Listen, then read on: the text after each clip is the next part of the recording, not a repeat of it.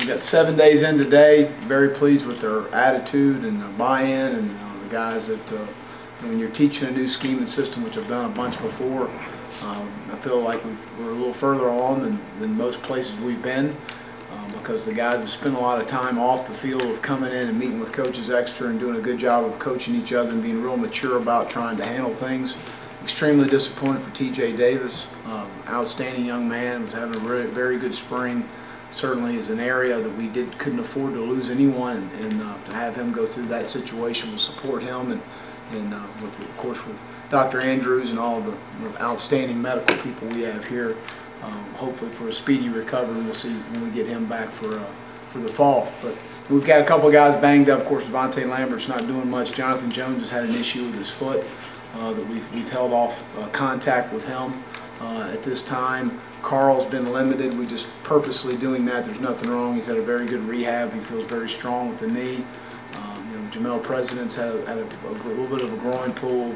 Trey Williams had a hamstring. We've had nothing big, but some bang-ups here and there. So we've been putting some guys in some different opportunities to let them see what they can do and how they can flourish in what we do defensively. And I've been very pleased with their attitude. I'll open it up for any questions. Could you just talk about the cornerback position specifically? Who else you might Josh Holsey's having an outstanding spring. He has really come on. He's really, I think, really runs well on the top end, plays the ball well down the field. I think he's having a very good spring. Jonathan has not done anything so far this spring, just for the simple reason he's going to be fine. But we felt like he needs a total recovery from the foot, and anytime he's planting off that, it continues to irritate it. So we wanted to shut him down. So those other guys have had plenty of opportunities. Steven Roberts is repping there. Rudy Ford is a guy that right now could go play corner for us, and I certainly know that we could win with. He's an outstanding guy on the top end as far as the speed is concerned, one of the faster defensive backs that I've been around. Continues to learn our scheme and system, and I've been very pleased with how he has progressed. Past that, we need to get better, I'll be honest. Memory serves me right, Will, I don't think Josh played much at all in the bowl game. So just as your evaluation, I know you had seen him on the practice field before that, but now seeing him more here in this capacity, is there a difference from bowl prep to now? I think his approach has been outstanding. I think that he was playing safety in the bowl practice, and we were playing against a more physical team, and at the time, going back, and our thought process was at the time to be a little bit more physical at that position, but he certainly is a very capable physical player, especially at the corner position. But he's shown outstanding coverage ability against, in my opinion, a very good core of wideouts here. Is Ruffin playing? Which position is Ruffin playing? He's playing safety. A couple of guys were talking about the install of the 3-4 package this week, and you just give a brief of kind of how that's going and how the guys are grasping that. But that's obviously different than whether we're coming out of 4-2-5 or a traditional 4-3. We're going to play with 11. Say 3-4. There's only 7 out there. If I roll 7 out there, they'll fire me quicker than they did at Florida. So no. So we're doing just some different packages, and that's certainly an odd look. It's something we've done in the past that we're going to try and look at. But I think a little bit of what we're doing right now is just find out what our kids can do, just to see exactly where they fit, what they can handle. We purposely some days throw a lot at them to see how they adjust and how they handle it. And I think that's something that you always got to be able to do, especially in spring when you're not in a game plan situation.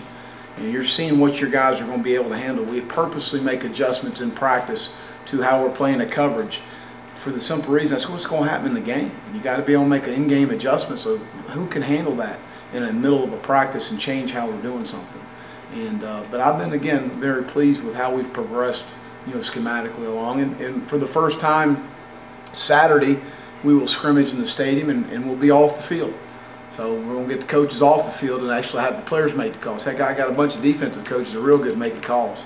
I don't know about our players right now, but those coaches make real good calls for them.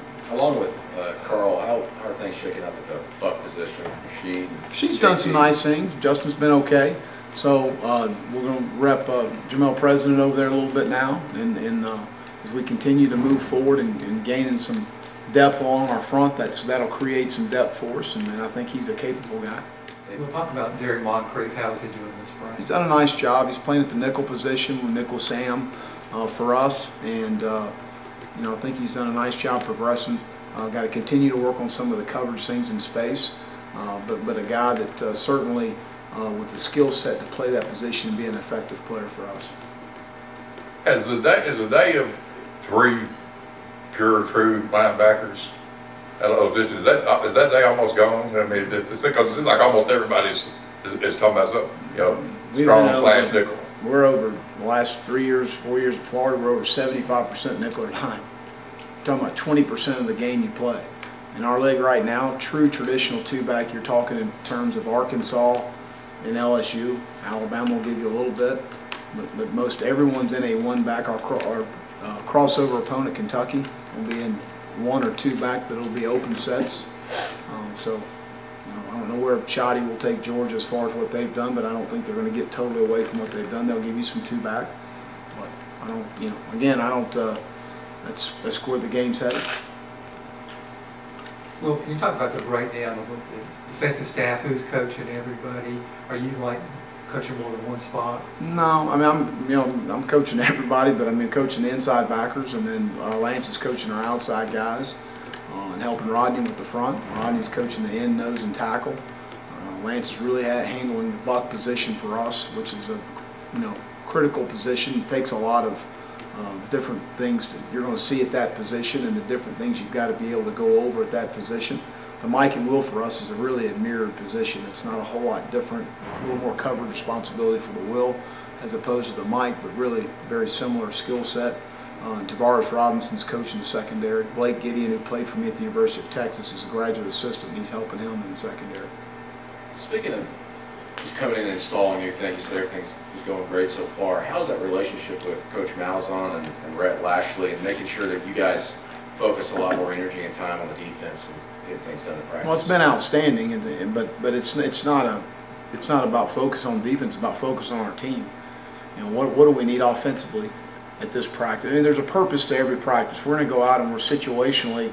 We're going to work on 1st and 10. We're going to work on third downs. We worked in the red zone today. We had a good third down period today.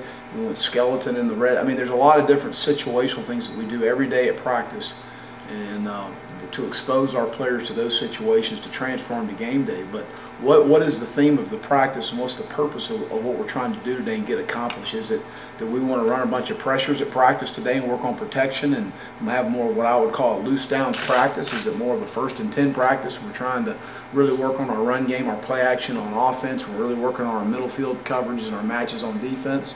So that's what it's what good staffs do. We sit down and talk about our installation on both sides. Nobody's getting blindsided walking on the field with a total new concept. You know, we're walking on the field knowing that, hey, this offensive, this is what we got going in. Defensive, this is what we got going. But again, that's what good staffs do. Every staff I've been a part of, that's what you do. You go into the situation. Everybody knows exactly, what the purpose of the practice is, and I think Gus does a great job of, implementing that within our plan, and us all working together to make sure we're going out there and our kids are being exposed to the right things and exposed to things we're going to see throughout the year. You know, we're going to work into next week some traditional two-back 21 personnel, 12 personnel. So we're able to see those things because we're going to see those during the year. We've got to expose our players to things, offensively, things that maybe we don't give them as much of. They've got to be able to see those things. So within your package, you've got to be, have enough volume to be able to expose your football team to help your team, because the worst thing you can do is get into a game week situation if something you've never faced before. It makes it very difficult on either side of the ball. You got a couple of ends who are quite tall guys, and Rashid Kenyon and Justin Thornton. What have you seen from each of them? Sorry, specifically Rashid, because we spoke to him the other day. He certainly seems pretty confident that he can compete, if not for a starting job, at least getting that rotation, especially. Well, we need him to help us. We need more pass rush. We need more juice in the rush, and he's certainly a guy that I think's got some natural pass rush ability. I think he's done a nice job of that. He does have some length. He uses his length very well. He's got to continue to progress as far as those things are concerned. The pad level, you got to continue to work on that, and understand the physicality of the game. It's 1st and 10, and you got to be able to take on a 310-pound tackle in our league. So those are things that he's done a better job, in my opinion, of leveraging on blocks, hand placement, all the critical things you've got to do to be a good defensive lineman. Justin needs just to keep coming on and keep working. He's a guy that's just got to continue to work. Will, is the secondary a place where freshmen might have some real opportunities. There's no question. Yep. Don Davis Russell redshirted last year, Yeah. and so did Andrew Williams. How are they coming along? Dontavius, I've been extremely pleased with. A guy that can really anchor at the point. He's got some wiggle inside. He can give some issues in pass rush because he's a really good, flexible and lower body athlete. He can hold point. He strikes with his hands. We had a great example from him on Tuesday's practice of showing our defense how you strike out of your hips on defense. I mean, it was a perfect side shot angle of him in his textbook. And so I've been very pleased with his work ethic, his attitude, everything that he does. Andrew's been very pleased with. Andrew's a guy that we feel like can be a good nickel rusher for us inside and also give us some length at the end position. He's a guy that's gained a lot of weight in a short period of time, over a year's period of time. I want to say he's been close to over 20 pounds, and sometimes that's harder for a younger player to gain that much girth in that point of time. But I've been pleased with what he's done so far. Montravius Adams. Again, he's been a guy that just got to consistently get it out of him every snap. He's got to understand that. I think he's gotten to that maturity level to understand we're going to coach him hard every single snap to get that done. The guy's got tremendous ability, and we've got to get him playing hard every snap, and I've been very pleased through 7 practices. In your experience, when you get to that first scrimmage while you're installing the defense, what do you usually learn? Are you able to identify at least a few guys you can really count on? Well, I mean, I think, again, you're looking collectively. I told our guys after a couple practices, if we can have 11, I'll be happy. But again, you want to build those numbers. Is that what Coach Malzahn's told our entire football team? Who can I count on? Who can we trust? And you come out of spring, what a lot of those guys need to understand is we got 24, 25 practices to get ready for that first ball game against Louisville, and we've got to be able to identify freshmen coming in that can help us. So if we don't trust you through the spring and you're already on campus, those other guys won't get the opportunities in the fall.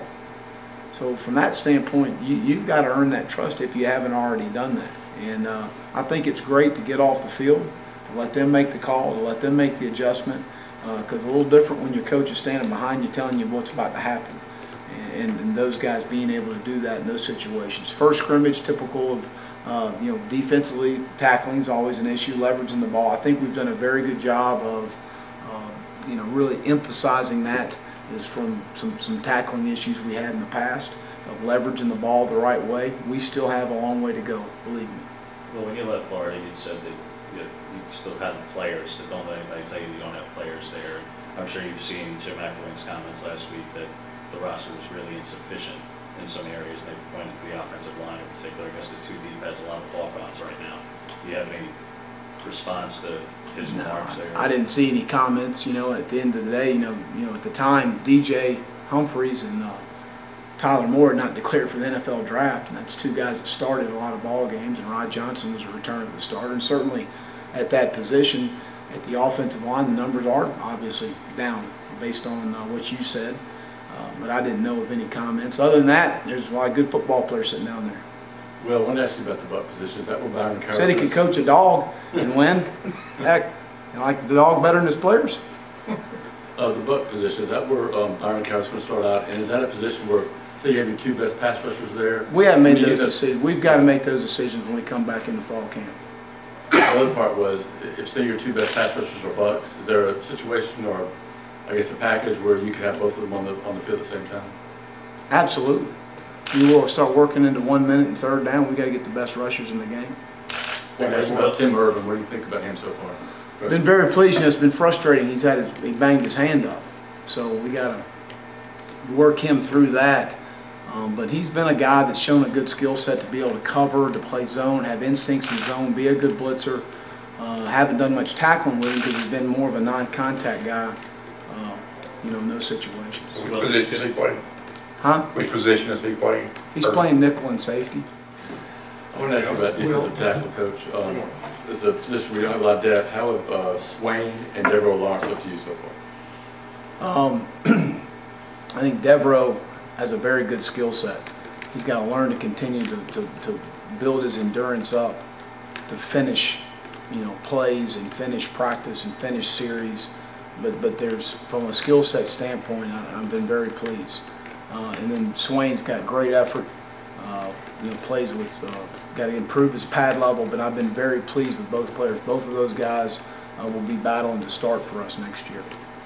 Deshaun Davis didn't get to play last year. He had a knee injury in high school. How's he coming back? And He's been solid. You know, we've got to continue to progress. He had a little bit of a pulled groin, which hurt him in about 2 or 3 practices, but other than that, we'll see what happens. and the other young linebacker from Mobile, Trey Williams, how's he doing? Trey's been, you know, again, we got slowed with the hamstring a little bit, but he's playing both inside linebacker slots. He's a physical, you know, very good athlete that, you know, I've been pleased with. You mentioned the 2D tackles down for the start job. How important is it for those guys to step up in that position?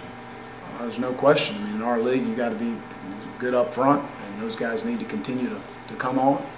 And so we need to continue to develop depth at that position, along with an Andrew Williams, along with a Devontae Lambert, who can be able to give us some numbers inside in the fall.